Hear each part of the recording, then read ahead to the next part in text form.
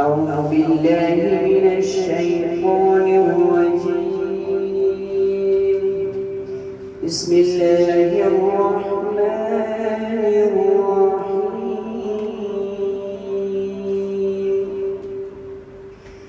أفحسبتم أنما خلقناكم عبثا وأنكم إلينا لا ترجعون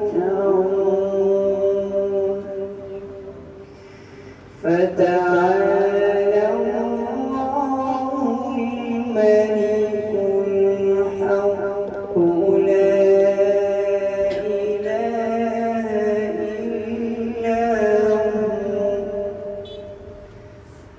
فتعالى الله الملك الحق لا إله إلا هو رب العرش الكريم. ومن يدع مع الله إلها آخر لا برهان له به فإنما حسابه عند ربه إنه لا يفلح الكافرون. وقل رب اغفر وارحم وأنت خير الراحمين. صدق الله العظيم.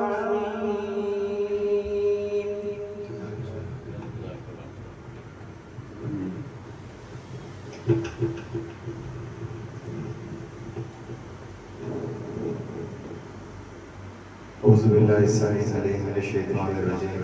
بسم الله.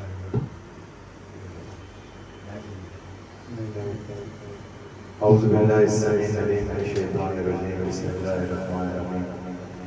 رب ادخلني مدخل صدق وأخرجني مخرج صدق واجعل لي من لدنك سلطانا نصيرا. سبحان ربك رب العزة عما يصفون وسلام على المرسلين والحمد لله رب العالمين. اللہ تعالیٰ نے انسان کو پیدا کیا اور انسان کی تخلیق سے پہلے اللہ تعالیٰ نے بہت بڑی اسٹیٹمنٹ دی کہ هل أتى على الإنسان حين من الدهر لم يكن شيئا مذكورا إنا خلقنا الإنسان من نطفة أمشاج نبتليه فجعلناه سميعا بصيرا إنا هديناه السبيل إما شاكرا وإما كفورا. کہ کیا کبھی زمانے میں ایسا وقت تھا کہ یہ انسان کوئی قابل ذکر چیز نہیں تھی؟ پھر ہم نے انسان کو دو نطفوں سے دو جرثوموں سے ایک سنگل جرثوم میں پیدا کیا اور جب ہم نے چاہا کہ ہم اس کو آزمائیں تو ہم نے اس کو سب سے پہلی چیز جو عطا کی وہ سماعت اور بصارت ہے. انسان کو اللہ نے چار مختلف مراحل میں پیدا کیا. ایک انسان کا جسم ہے. یہ جسم جب دنیا میں آیا تو اس سے پہلے یہ دو ٹکڑے سے صورت میں زمین کی کسی تہ میں موجود تھا. وہاں سے یہ پودے کی صورت میں اناج کی صورت میں فصل کی صورت میں اگا اور میرے گھر تک پہنچا. وہاں میرے باپ اور میری ماں نے کھایا تو میرا وہ جرثوم جو زمین میں کہیں پھنسا ہوا تھا وہ فصل کی صورت میں جب وہ خوراک کی صورت میں میرے گھر پہنچا، اس کو میرے ماں نے، میرے والد صاحب نے جب اس کو لقمے کی صورت میں کھایا تو وہ خون کی صورت میں میرے باپ اور میری ماں کی رگوں میں دوڑنا شروع ہو گیا. وہاں سے وہ سپرم بنا، پانی کا نطفہ بنا، اور وہ آدھا میرے والد اور آدھا میری والد کے وجود کا حصہ تھا. اس کے بعد جب وہ ملے، اس میں بلینز آف سیل جو ہے وہ ریلیز ہوئے. اس میں وہ ایک سیل جو آدھا اپنے والد اور آدھا اپنی والدہ کی صورت میں موجود تھا، وہ دونوں اکٹھے ہو کے وہ ڈبل سیل جو ہے وہ سنگولر سیل میں کنورٹ ہوتا ہے اور وہ جا کے حمل کھیل جاتا ہے. یہ انسان کے وجود کی، جسم کی بنیادی تخلیق ہے. یہ انسان دنیا میں اس طریقے سے آیا.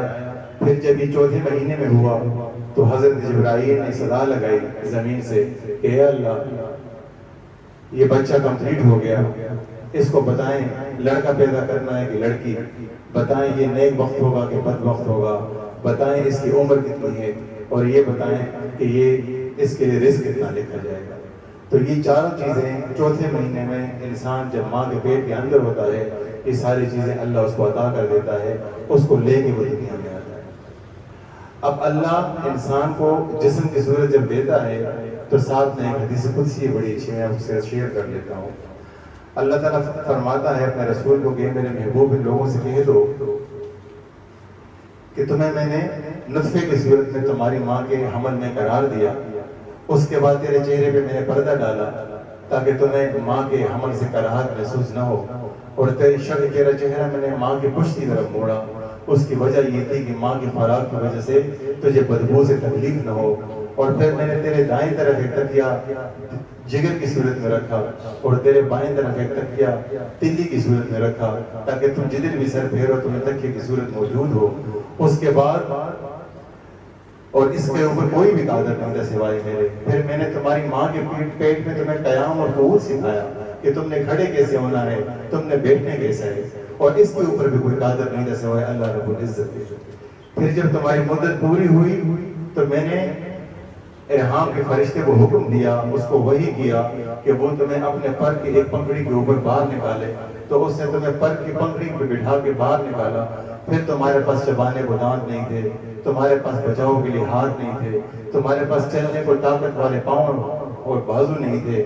اس کے بعد میں نے تمہاری ماں کی رگوں میں 2 نہریں چلائی دودھ کی صورت میں، ایسی دودھ کہ سردیوں میں گرم اور گرمیوں میں ٹھنڈا. اور پھر تمہارے والدین کے دل میں تمہارے لیے ایسی محبت پیدا کی کہ وہ سوتے نہیں تھے جب تک تم نہ سو جاؤ، وہ کھاتے نہیں تھے جب تک تم نہ کھا لو، یہاں تک کہ تیری پشت مضبوط ہو گئی اور تیری کمر پر طاقت مل گئی، اور پھر تم نے تنہائیوں میں گناہ کر کے میرا مقابلہ شروع کر دیا. اور تمہیں اس بات سے زیادہ شرم تک نہیں ہے. پھر بھی جب بھی تم نے میری طرف دعا کے لیے ہاتھ اٹھایا میں نے تمہاری حاجت روائی کی. جب بھی تم نے میری طرف دست بازو اٹھایا تو میں نے دستگیری کی. اور جب بھی تم نے مجھ سے توبہ کی میں نے تمہاری توبہ قبول کی. اب یہاں پہ انسان کا جو بنیادی عمل ہے، انسان کا وجود خطا ہی کر سکتا ہے، گناہ ہی کر سکتا ہے، اس میں نیکی کی توفیق نہیں ہے. ہمیں ہمارے آبا جد امجد حضرت آدم علیہ السلام سے جو 2 چیزیں عطا ہوئی ہیں وہ ایک خطا ہے اور ایک نسیان ہے. ایک ہمیں بھولنے کی عادت ہے کہ ہم اللہ کی نعمتوں کو بھول جاتے ہیں، اور دوسرا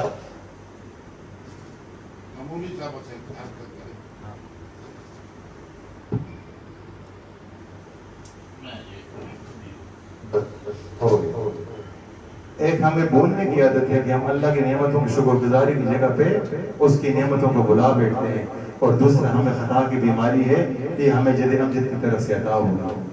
لیکن اللہ نے جو چیز ہمیشہ کھلی رکھی وہ توبہ ہے. اب توبہ کو ہم بڑا مس انٹرپریٹ کرتے ہیں. توبہ کی بنیادی لفظ سے اس کے معنی سے ہم واقف نہیں ہیں. توبہ اللہ تعالیٰ قرآن پاک میں جب توبہ کا نام لیتا ہے تو توبہ کو کہتے ہیں رجوع کرو، اللہ کی طرف پلٹنا. میں آج گناہ کرتا تھا، میں نے گناہ سے منہ موڑ کے اللہ کی طرف رخ موڑ دیا تو میں نے توبہ کر دی. تو اللہ کہتا ہے کہ جب تم توبہ کرتے ہو تو یہ فعل رحمانی ہے. تمہارے وجود کے اندر کوئی ایسا ایلیمنٹ ہے ہی نہیں کہ وہ جو توبہ کے اوپر تجھے قائل کر سکے. یہ اللہ کی افضال ہے، اللہ کی کرامت ہے، اللہ کا تجھ پہ کرم اور اکرام ہے کہ اگر وہ تجھے توبہ کی توفیق عطا کرتا ہے. توبہ ہوتی کب ہے؟ اس کے لیے بنیادی 3 چیزیں ہیں جو انسان کے اندر ہونی چاہیے۔ آج میں نے اللہ کے قانون کی پاسداری نہیں کی، اللہ کے احکام کو پس پش ڈالا اور میں نے گناہ کیا، گناہ کے بعد اب میرا دل جو ہے ایک بے چینی اور اضطراب کی کیفیت میں ہے، ٹھیک ہے، اور اس کے بعد میرا دل کرتا ہے کہ اے اللہ اگر آج مجھے سکون مل جائے میں دوبارہ کبھی یہ گناہ نہیں کروں گا، چاہے وہ اس کے بعد 1000 دفعہ دوبارہ کرے۔ لیکن اس وقت کی جو اس کی کیفیت ہوگی کہ اس نے اللہ کے احکام کو پس پش ڈالا، پاؤں کی طرف روندا، اب وہ اس پہ پچھتا رہا ہے۔ دوسری بات یہ، اس نے گناہ کیا، اس کا دل بے چینی اور اضطراب میں ہے اور وہ اب اس پہ پچھتا رہا ہے۔ تیسری بات کہ وہ کہتے ہیں کہ اے اللہ اگر آج مجھے سکون مل جائے میں دوبارہ اس کے قریب نہیں جاؤں گا۔ جب یہ تینوں کیفیات اکٹھی ہو جاتی ہیں تو یہ بنیادی جو چیز ہے وہ تواب کا وہ اس کے درجے پہ آ جاتا ہے، تو وہ توبہ کرتا ہے، اور یہ توبہ وہ اس لیے کرتا ہے کہ اللہ کے عذاب کے خوف سے کرتا ہے۔ جب وہ بڑے گناہ چھوڑ دیتا ہے اس کے بعد چھوٹے گناہوں کی باری آتی ہے تو پھر وہ کہتے ہیں کہ اے اللہ تیری اتنی ڈھیر ساری نعمتیں، یہاں تک کہ تیرا دیدار، تیری جنتیں، دنیا میں میں تیرے انعام حاصل کرنا چاہتا ہوں، سکون اور اطمینان حاصل کرنا چاہتا ہوں۔ اللہ یہ تب ممکن ہوگا کہ جب میں چھوٹے چھوٹے گناہ بھی چھوڑ دوں اور میں گناہوں سے منہ پھیر کے تیری ذات کی طرف رخ موڑوں۔ تو اب جب یہ نعمتوں کے حصول کے لیے گناہوں سے منہ موڑے گا اور اللہ کی طرف آئے گا تو اللہ اس کو انعام کے درجے پہ فائز کرے گا۔ اور پھر ایک وقت ایسا آئے گا وَمِنَ النَّاسِ مَن يَشْرِي نَفْسَهُ ابْتِغَاءَ مَرْضَاتِ اللَّهِ وَاللَّهُ رَءُوفٌ بِالْعِبَادِ۔ اللہ فرماتا ہے قرآن پاک میں کہ کچھ لوگ ایسے ہیں کہ جنہوں نے میری رضا حاصل کرنے کے لیے اپنی خواہشوں کو بیچ ڈالا، اور اللہ پھر ایسے بندوں پر بڑا مہربان، بڑا شفیق ہے۔ اللہ شفقت کی نظر سے دیکھتا ہے کہ جب تم اپنی خودی کو، اپنی انا کو، اپنی ذات کو، اپنی انا پرستی کو، اپنی رضا کو اللہ کی رضا پہ قربان کر دو، یہ انبیاء کا درجہ ہے۔ اور اگر آپ قرآن پڑھیں تو مجھے خود جتنے اللہ نے قرآن کا ایک سمجھ دی ہے، قرآن میں کسی نبی کی کوئی فضیلت عبادت کے اوپر نہیں ہے، خیر خیرات کے اوپر نہیں ہے، بندگی کے اوپر نہیں ہے، صرف ایک چیز کے اوپر ہے کہ وہ بہت زیادہ اللہ کی طرف رجوع کرنے والے، یعنی توبہ کرنا۔ رجوع کا اور کوئی مطلب نہیں ہے، رجوع کا مطلب ہے توبہ کرنا۔ تو جو بندہ بھی اے اللہ میں نے یہ قدم اٹھا دیا، اللہ ایسا نہیں کرنا چاہیے تھا، اللہ اچھا پھر اللہ یہ بھی کہتا ہے اذا جاء نصر اللہ والفتح، اے نبی جب تیرے پاس جوک در جوک آنا شروع ہو جائیں اور جب فتح تمہارے نصیب اور تمہارے مقدر میں لکھ دی جائے، اذا جاء نصر اللہ والفتح ورأیت الناس يدخلون فی دین اللہ افواجا، اور جب جوک در جوک لوگ تمہارے پاس لوگ آنا شروع ہو جائیں تو تم نے اور کچھ بھی نہیں کرنا، تم نے استغفار کرنا۔ اس کا مطلب ہے کہ ہر کامیابی کے اوپر بھی استغفار کرنا ہے۔ اے اللہ میں اس سے بہتر کر سکتا تھا، میں نہیں کر پایا، اللہ تو نے جتنی توفیق دی تھی میں اس کے مطابق عمل نہیں کر پایا، اللہ میں اس پہ معافی چاہتا ہوں۔ لیکن جو بندہ ذوق میں آ جائے، تکبر میں آ جائے، والذین اذا فعلوا فاحشة او ظلموا انفسهم ذکروا اللہ فاستغفروا لذنوبهم ومن یغفر الذنوب الا اللہ ولم یصروا ولا ما فعلوا وهم یعلمون۔ اے بندے تم نے فحاشی کی، تم نے اپنی ذات پر ظلم کیا، تم نے ایک الگ قسم کے گناہ کر دیے، ایک گناہ نہ کرنا، اپنی گناہ پہ اصرار نہ کرنا، گناہ پہ ڈٹ نہ جانا، یہ نہ کرنا کہ کیا ہو گیا اگر میں نے کر لیا، گناہ کر لیا، تم گناہ ہی کر سکتے تھے، اب بھی تم اللہ کی طرف لوٹ جاؤ، اللہ نے دور بازو دے کر کھیلایا، اللہ تجھے اپنے ساتھ لگائے گا اور تجھے اللہ غفور الرحیم ہے، تواب الرحیم۔ اچھا تواب ہے تو رحیم کیوں؟ جب اللہ تواب ہے تیری توبہ قبول کرے گا تو رحیم اس بات ہے کہ تجھے دوبارہ اس گناہ کے قریب نہیں جانے دے گا۔ اگر اللہ غفور ہے ساتھ رحیم ہے تو جب وہ تیری مغفرت کر دے گا پھر تیرے اور گناہ کے درمیان اللہ کہتا ہے میں خود آڑ بن جاتا ہوں، تجھے نہیں چھوڑوں گا گناہ کی طرف۔ اور اگر پھر بھی تم نے اللہ کے تمام قانون کو پس پش رکھ کر گناہ کر لیا تو اللہ کہتا ہے یہ سے نادانی میں ہو گیا، اب جب یہ گناہ کرے گا تو یہ ایک دم میری طرف لوٹے گا، میری طرف پلٹے گا اور یہ مجھ پہ لازم ہے کہ میں اس کو معاف کروں۔ تو ایسے خدا کو چھوڑ دینا کہیں کی سمجھداری نہیں ہے۔ پھر میں آپ کو آخری بات ایک بتا دوں، دیکھیں میں نے آپ سے گزارش کی کہ اللہ نے انسان کو 4 صورتوں میں بنایا، جسم اس طرح بنا جس طرح میں نے گزارش کی، اس کے بعد اللہ نے دل بنایا اور دل کی زندگی اللہ نے اپنے دست قدرت میں رکھی، جسم کی زندگی اللہ نے روح میں رکھی، اور چوتھی چیز جو اللہ نے بنائی اس کو اللہ خدا کہتا ہے۔ چوتھی چیز جو انسان کے وجود کا حصہ ہے اس کو اللہ خود کہتا ہے کہ یہ خدا ہے، اور وہ ہے نفس۔ اللہ کہتا ہے انسان کے دو خدا ہیں، ایک وہ وحدہ لا شریک جو حق باری تعالیٰ ہے، اور ایک وہ خدا جو اس کا نفس ہے۔ اگر وہ اپنے نفس کی خواہش کی پیروی کرے گا تو وہ اس کا اصل میں خدا ہے، وہ اس کا رب ہے جس کو وہ پوج رہا ہے، وہ اس کا الہ ہے۔ افرائیتا من اتخذ الہہ ہواہ، اے نبی کیا تم نہیں دیکھتے کہ یہ لوگ اپنے نفس خواہش نفس کو پوجتے ہیں، اس کو الہ سمجھتے ہیں، اس کو معبود سمجھتے ہیں۔ اچھا یہ نفس جو ہے کل نفس ذائقۃ الموت، اللہ نے روح اور جسم کو اکٹھا کیا، اور اس کے اکٹھا ہونے کا جو مین ریزن ہے وہ نفس ہے، نفس کے ذریعے دونوں اکٹھے ہیں۔ جیسے نفس پہ کل نفس ذائقۃ الموت، نفس پہ موت آئی، جسم گیا کھڈے میں، اور روح جسے لے آئی وہ واپس چلی۔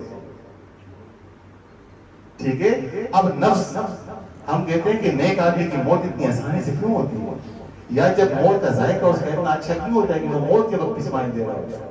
اس کی ایک ہی وجہ ہے، نفس جتنا آپ خواہش کریں گے نفس آپ کی اپنی خواہش سے تکلیف حاصل کرے گا۔ آپ جتنی نفس کی پیروی کریں گے، خواہش نفس کی پیروی کریں گے، آپ کے نفس کو مضبوطی ملے گی، آپ کا نفس مضبوط ہوگا، آپ کی روح کمزور پڑے گی۔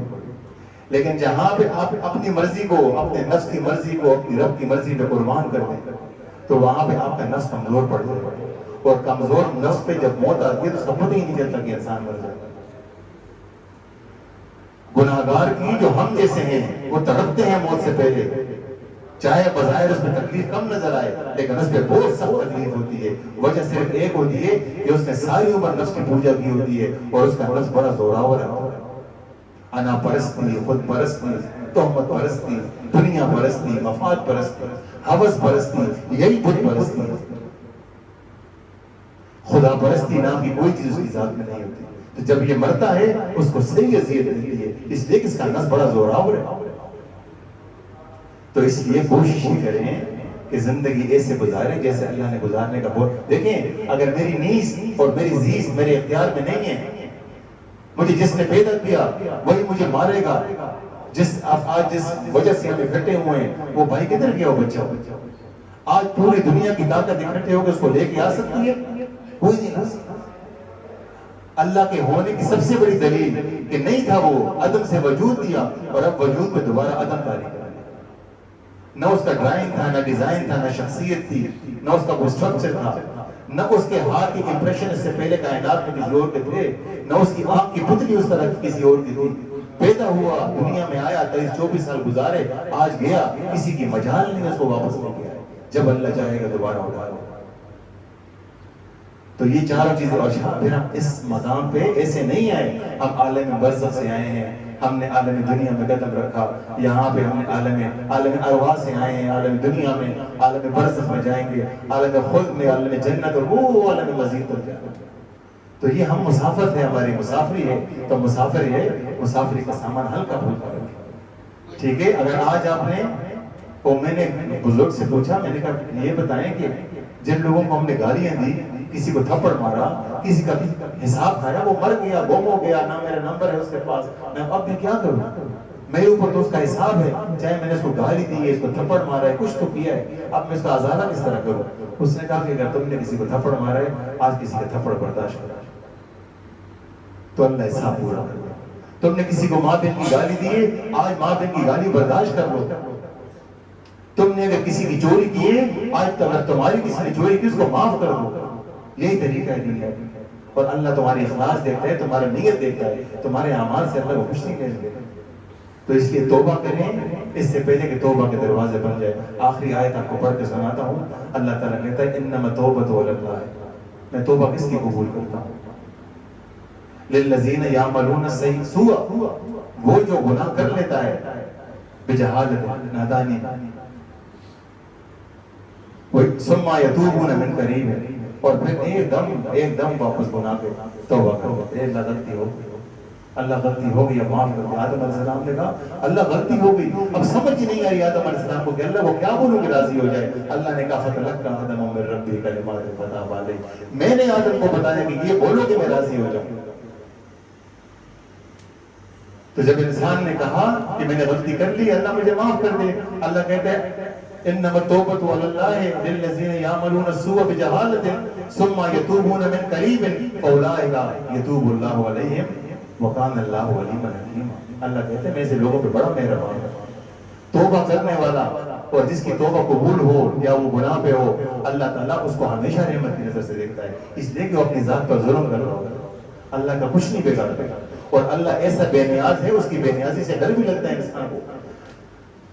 شیطان نے 14,000 سال اللہ کے عرش کا طواف کیا ہے, 40,000 سال جنت کا خزانچی رہا ہے, 20,000 سال مقرر فرشتوں کا سردار رہا ہے, 1,000 سال روحانین کا سردار رہا ہے, اور 30,000 سال تک درس و تدریس کرتا رہا ہے. اور اس درس و تدریس کی محفل میں جبریل, میکائیل, اسرائیل وہ شاگرد کے طور پر بیٹھتے تھے. لیکن تکبر کیا, اللہ نے کہا تم مردود ہو گئے, رام دے درگاہ کر دیا. اللہ کو پرواہ بھی نہیں کی, اس لیے کہ وہ خود قابل تعریف ہے, اس کو تعریف کی حاجت نہیں ہے. ہم سے پہلے کسی دنیا میں جن رہتے تھے, انہوں نے فساد برپا کیا. جو چھوٹے موٹے جو عاجزی والے تھے وہ اللہ نے چھوڑ دیے, باقی تباہ و برباد ہو گئے. اس کے بعد اللہ نے کہا میں نے نہیں, انسانوں کو انٹروڈیوس کرنا ہے, اب ہماری باری ہے, قیامت برپا ہوگی, ہم چلے جائیں گے. اس کے بعد اللہ ہو سکتا ہے کسی تیسری قسم کی مخلوق لے آئے. اللہ فارغ تو نہیں بیٹھے, نہ ہی اللہ کی خدائی ہماری انسانوں کی محتاج تھی. تو اس لیے جو ٹائم یہاں پہ مل رہا ہے اس کو پیش کریں, اللہ کو راضی کریں. اللہ کی رضا میں دنیا آخرت کی طاقت ہے. وہ دیکھیں نا, وَمِنَ النَّاسِ مَن يَشْرِي نَفْسَهُ ابْتِغَاءَ مَرْضَاتِ اللَّهِ وَاللَّهُ رَءُوفٌ بِالْعِبَادِ. اللہ کہتے ہیں کہ جس نے اپنی رضا میری رضا پر ترک کر دی, قربان کر دی, تو میں ایسے بندوں پر بڑا مہربان ہوں. اے اللہ ہمیں دین کو سمجھنے کی توفیق عطا فرما. اللہ ہمیں دین کو سمجھنے کی, سمجھانے کی توفیق عطا فرما. اللہ ہمیں وہ علم عطا فرما جس میں ہمارے اور لوگوں کو فائدہ ہو. اللہ ہمیں حلال رزق عطا فرما. اللہ ہمیں صبر عطا فرما, شکر کرنے کی توفیق عطا فرما. ہمیں اپنی رضا عطا فرما. اللہ ہمیں تیری اور تیرے محبوب کی رضا کے لیے دنیا و آخرت قربان کرنے کی توفیق عطا فرما. اے میرے مولا تو ہم سے راضی ہو جا, ہماری گناہوں پہ پردہ ڈال دے, ہماری پردہ پوشی کر دے. اے اللہ ہم تمام گناہوں کا اقرار کر دے میرے مولا, ہمیں معاف کر دے, ہمارے آبا و اجداد کو معاف کر دے. اے اللہ اس بچے کو معاف کر دے جو خطائیوں سے سرزد ہوئی میرے مولا. تجھے تیری کبریائی کا, تیری عظمتوں کا واسطہ, اس کے ماں باپ کا واسطہ, اس کی ماں پریشان ہے میرے مولا, تو اس کو یہ خوشی عطا فرما کہ اس کی آخرت سنوار دے, اس کے بھائیوں کو سنوار دے, ان کو صبر استقامت عطا فرما, ایک دوسرے کے ساتھ ہمدردی اور محبت عطا فرما, ان کو ایمان پر خاتمہ عطا فرما, ہدایت والی زندگی اور ہدایت والی موت عطا فرما. یا اللہ ان کو اپنے ماں باپ کا, اپنے آبا و اجداد کا بخشش کا, نجات کا اور راحت کا وسیلہ بنا دے. وصلی اللہ تعالی علی خیر خلقہ محمد و آلہ و اصحابہ اجمعین برحمتک یا ارحم الراحمین.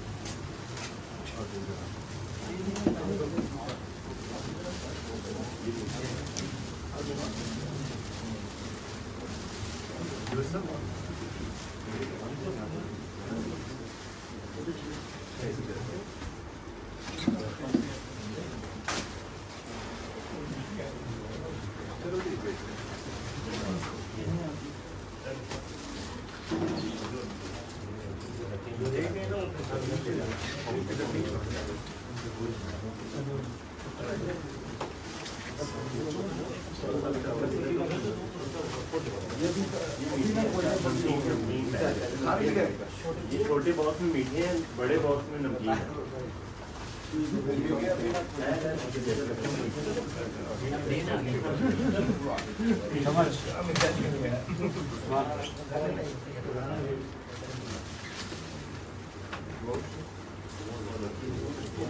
جی ادھر کون ہے؟ نہیں نکالے بس ہو گیا نا.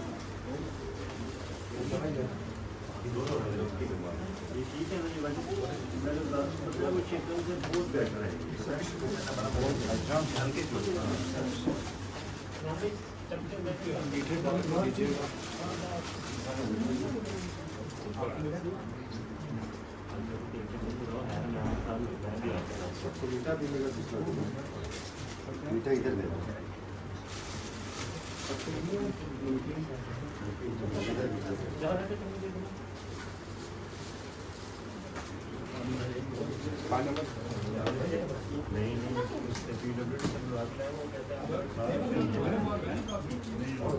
نوید بھائی ٹیبل دے دے